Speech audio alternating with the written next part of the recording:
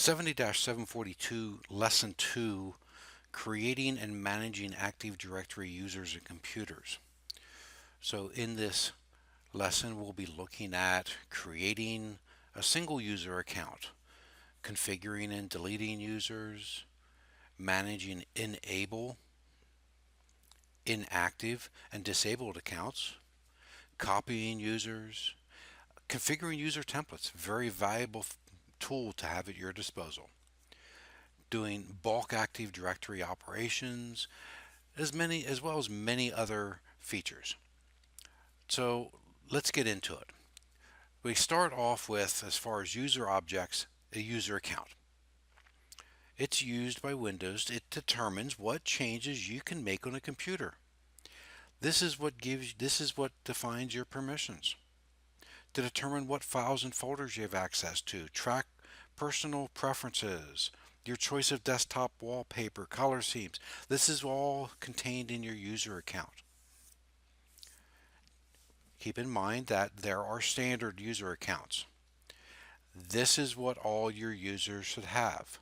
We also have administrative accounts. That's what we've been working with in all of our labs. But understand that in a production environment, you will only use that administrative account when absolutely necessary. When you log into the computer during your day-to-day operations, you should be logging into a workstation with standard user permissions. You should not log on to a computer with administrative permissions. It's not necessary because we can always use the run as. We have other ways to be able to access those administrative permissions to perform our administrative tasks.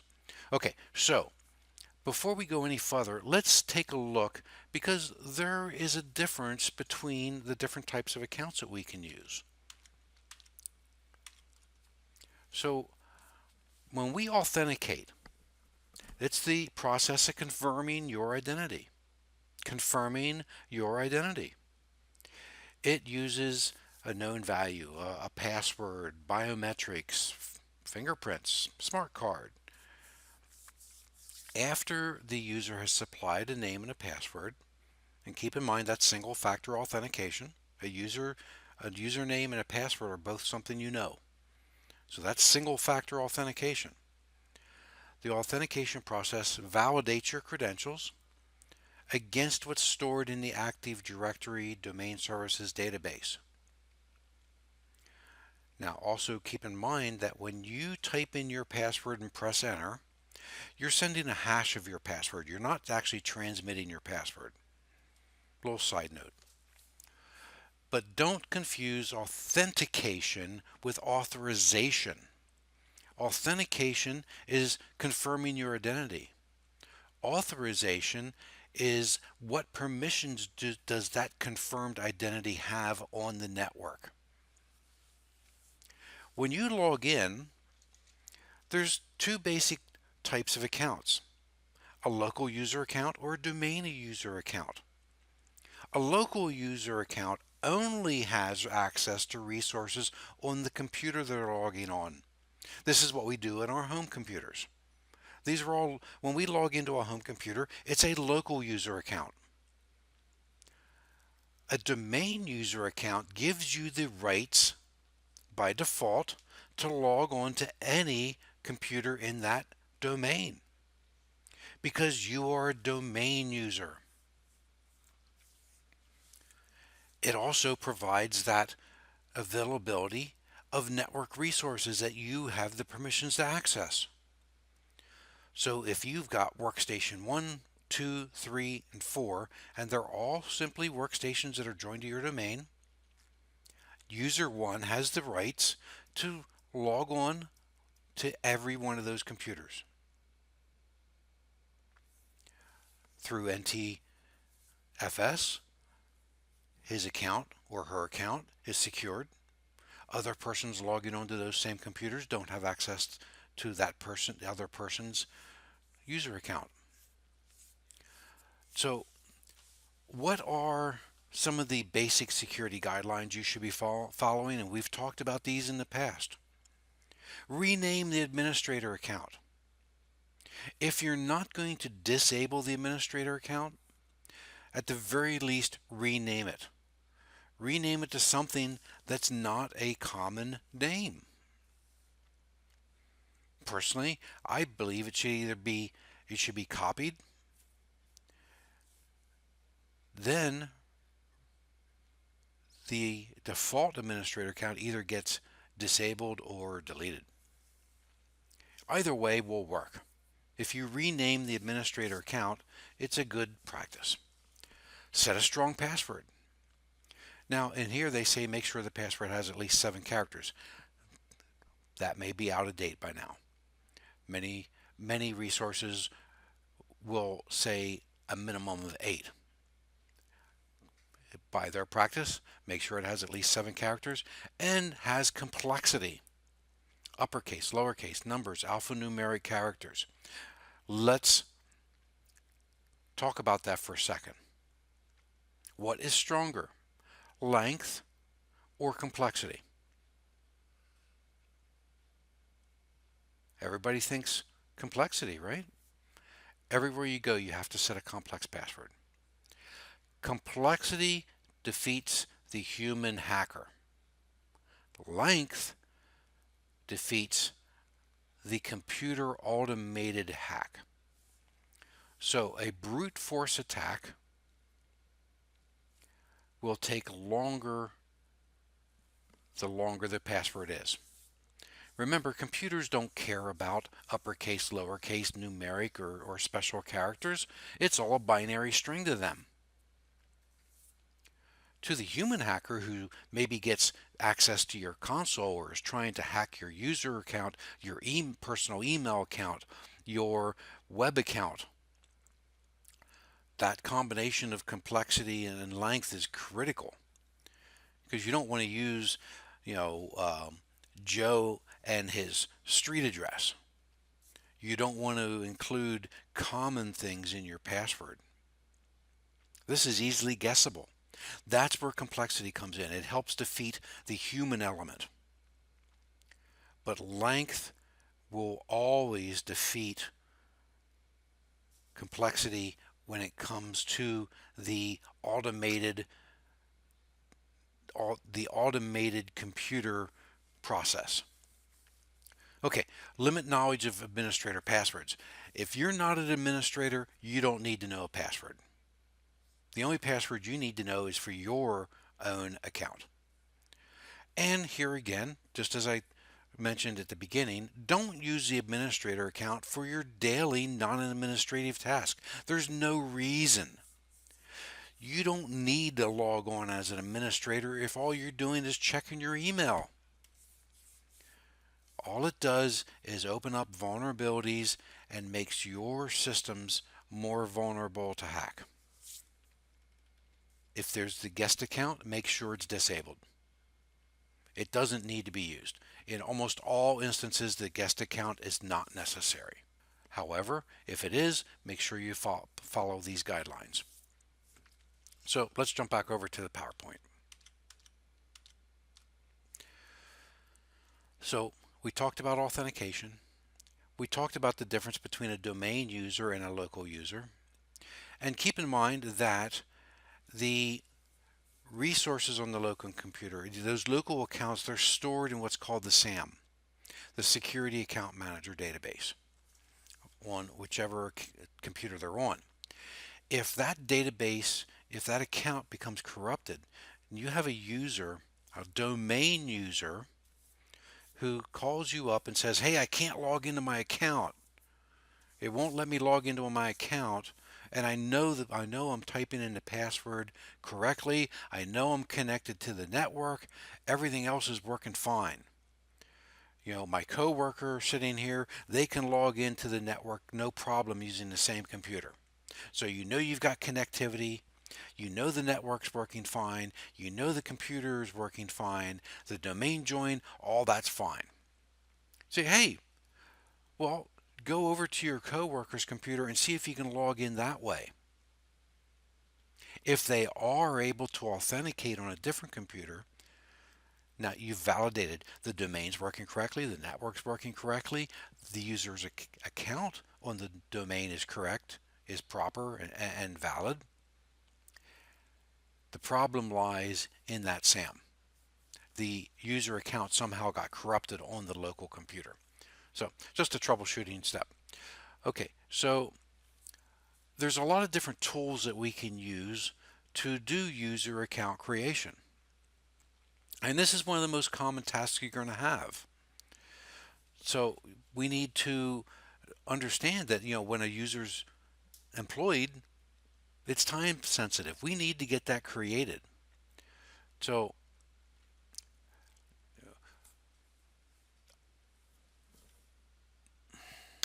what are some of those tools that we can use? We can use the dsadd command.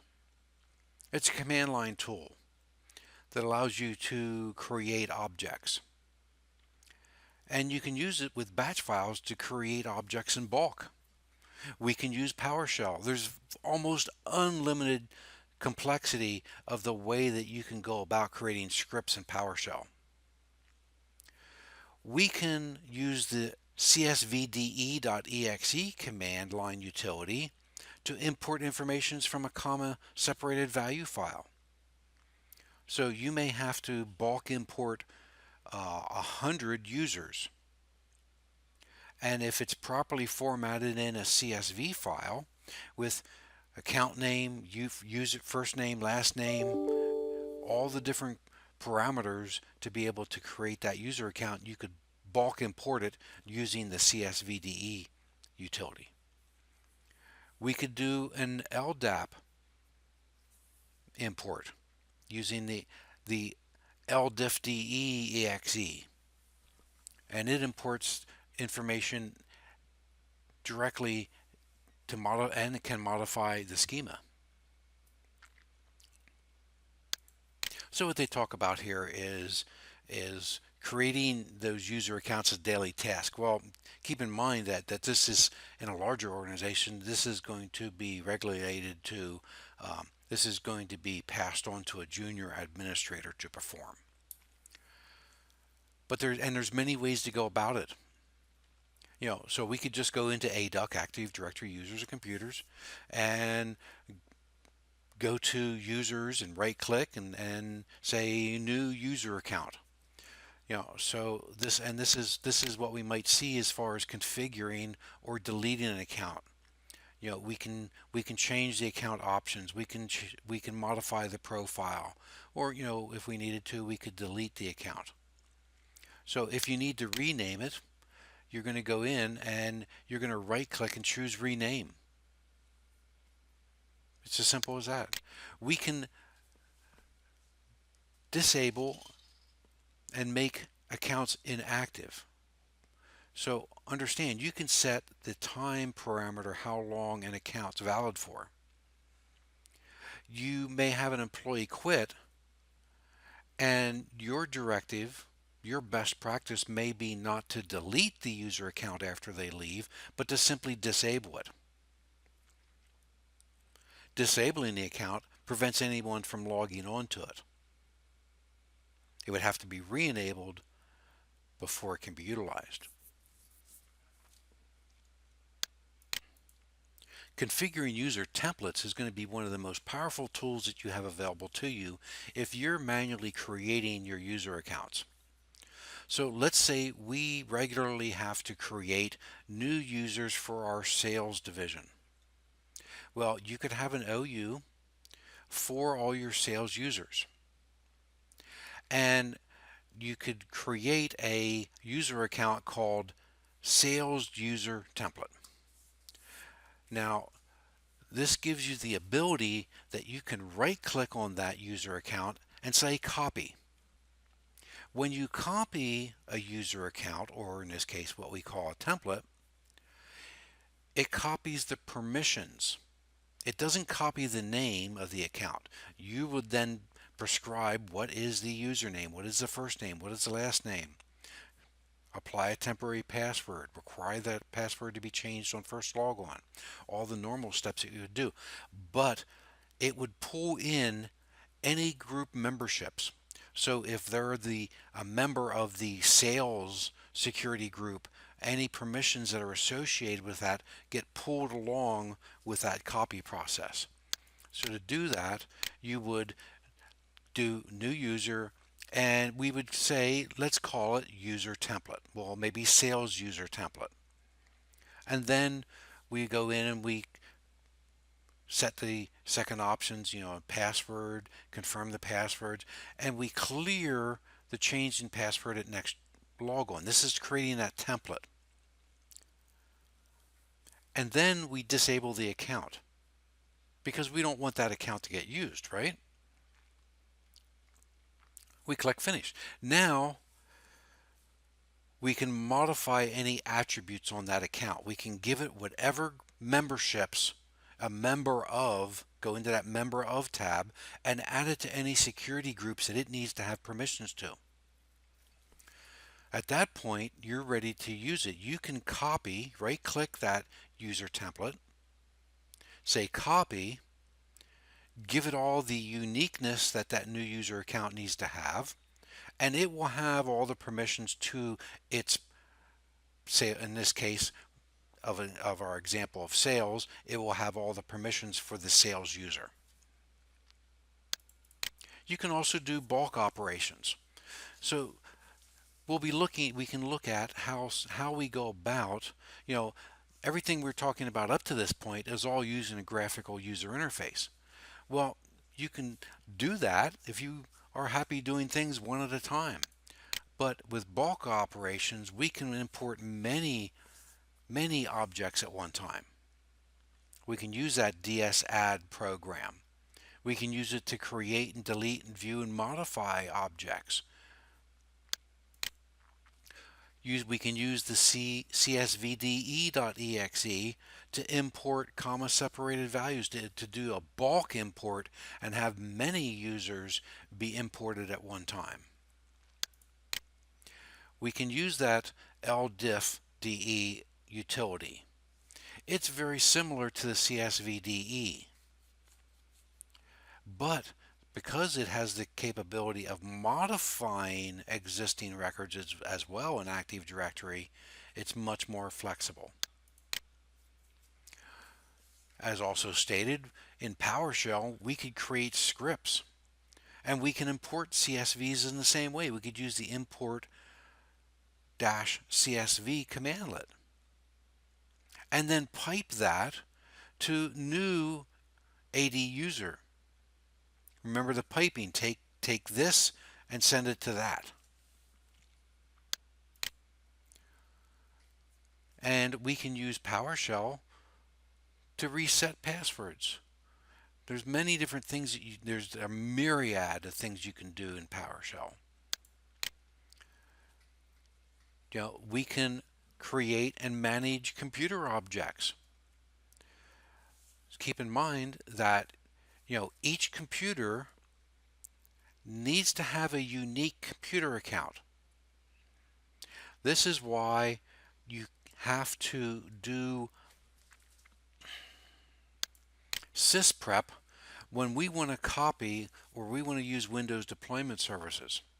If we create an image and seal that image and use it as a reference for when we're working in Hyper-V, and we say that that's going to be our parent system for our child, for our differencing disks, and we haven't sysprepped it, when we create a new computer, it has the same SID as the original. And this next one will have the same SID, and the next one will have the same SID. So they won't be unique computers. And the same way, when you try to join, it senses that it has to be a unique computer account. Each computer, just the same way as each user, has to be unique on your system. Our computer accounts, and keep in mind, we're talking about objects. User accounts, computer accounts, these are all objects that are stored in Active Directory. They're in the hierarchy. We can define where they occur, and where they are at in that Active Directory hierarchy can change how group policies get applied to them. Group policies get applied from container objects like your domains, your sites, your organizational units. We can apply those permissions. What group memberships do those computers have? In the same way that you can give group memberships to a user account. And remember that just like our computer or our user objects, we can create computer objects using the AD users and computers, ADUC. We can create those using that console tool. We can also do it from DSAdd. Here's another command line option. We can create a batch file of commands to generate multiple objects in a single process. You can also use the netdom command utility to join a computer to a domain. Many different ways to do these administrative tasks. When it comes to configuring the user rights, access is defined by two things. It's determined by two things: permissions and user rights. Permission defines the type of access. User right authorizes a user to perform certain actions. So a user right could be logging into a system or backing up files. A permission would be granting access to a resource. Make sure that you understand the difference between a permission and a user right. So in this section we talked about the creation of user accounts, the creation of computer accounts, and how they can be done from the graphical user interface, and many of the ways that they can be done from command line interface. Also the fact that they can be done as a batch. So let's take a quick look in your lesson just to give you a little bit better understanding. So everything that we've looked at so far was all in the aspects of the ADUC, Active Directory Users and Computers, are talking about command line. We can also use the Active Directory Administrative Center. Very powerful tool that we can now use. So in there you can reset passwords. You can do global searches. So you can go in and you can create a user account from there without having to go to the console Active Directory user and computer tool. When we do use that Active Directory and Active Directory users and computers tool for a new user, if we're creating a new one, first name, last name, full name, user logon name, password. If you right click on an existing template, you'll be given the same options, but it will already have the permissions that that account will need right out of the gate. Here's a view of the ds add.exe and some of the options and the ways that it can be run. Using Windows PowerShell, much more powerful. We have so many options in PowerShell. Try not to be overwhelmed with them. Understand the functionality that we can use in a basic sense. For example, new AD user, name, SAM account name, given name, surname. These are the basic settings that you would use. Now, if we wanted to do this as a script, we might read from a CSV file with each one of these columns giving for each one of our user accounts, and then we might set variables and be able to pull it in that way and do a bulk import. There's a lot of different options. Make sure you understand what all the different settings are that are available in that user account. Make sure that you understand the PowerShell commands that you can use in association with an account. We talked about copying users and configuring user templates. Well, here's your step-by-step on doing that we talked about. Same process as creating a new user account, except at the end you're going to disable it. And then you're going to go in and you're going to give it all the permissions that that particular type of user should have. And then once you go to use it, you would be able to just right click and copy. So using the CSVDE exe, using the LDIFDE, and PowerShell. Make sure you have a good understanding of these various features. Working with computer objects, very similar, but they do different things. Computer objects and user objects, very similar, but obviously one is for a computer, one is for a user. With the create, we can use the dsadd.exe command line utility. We can use PowerShell. We can do changes. Keep in mind, you can change a computer name, but it does not change the SID, the identifier for it. Creating computer objects while joining. There was a time that if you wanted to join a new computer to your domain, you had to rename it and restart the computer and then go in and do your domain join. Nowadays, you can rename and domain join at the same time. Simplifies the steps. We can also do that from the command line using the djoin.